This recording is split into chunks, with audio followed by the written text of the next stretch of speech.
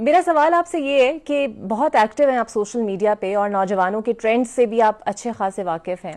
آج کے دور میں جسے ہم جینزیز کا دور کہتے ہیں، ملینینز کا دور کہتے ہیں، آپ کو کیسے سوچ لیا آپ نے کہ میں ایک نئی پارٹی اس مشکل وقت میں لانچ کروں گا جب پولرائزیشن بہت زیادہ ہے، ڈویژن بہت زیادہ ہے سوچ کی؟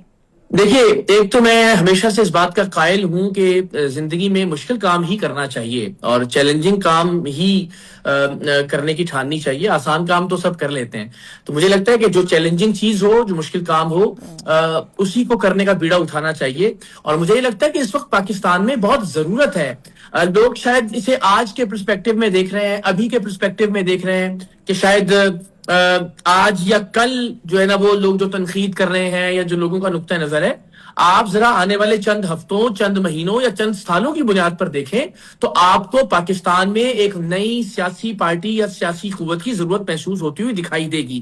اب سوال یہ ہے، میں بار بار یہ کہتا ہوں کہ آنے والے وقت میں کہ جب یہ جو بومرز ہیں، ظاہر ان کے دور کا، ان کے عہد کا خاتمہ ہو رہا ہے، چاہے وہ نواز شریف ہیں، چاہے وہ زرداری صاحب ہیں، چاہے وہ عمران خان صاحب ہیں، تو پاکستان کے لوگوں کے پاس اور بالخصوص جو جینزی ہے،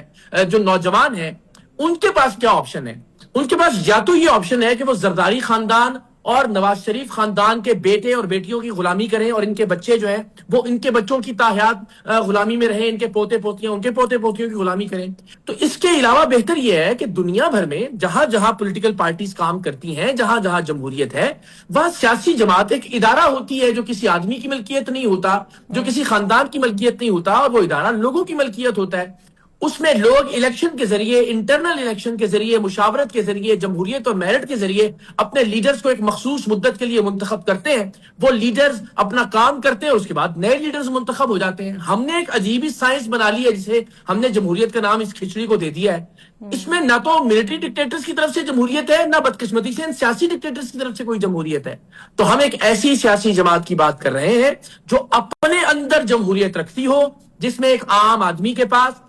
ایک مڈل کلاس کے نوجوان کے پاس برابر کا موقع ہو کہ وہ بھی الیکشن کے ذریعے، میرٹ کے ذریعے پارٹی کا چیئرمین بن سکے، ملک کا وزیر اعظم بن سکے. کیا ضروری ہے کہ 78 سال میں ہم نے اس ملک میں صرف امیر زادوں کو وزیر اعظم منتخب کیا ہے؟ ہم صرف پیسے والوں کو سمجھتے ہیں کہ وہی جو ہے وہ اقتدار کے لیے اور قیادت کے لیے اہل ہے. مجھے لگتا ہے کہ آپ کو ایک ایسا سیاسی پلیٹ فارم بنانے کی ضرورت ہے، اور ہم نے اس پلیٹ فارم بنانے کی تحریک کا آغاز کیا ہے. ہم شعوری طور پر، فکری طور پر اور نظریاتی طور پر اس پلیٹ فارم کی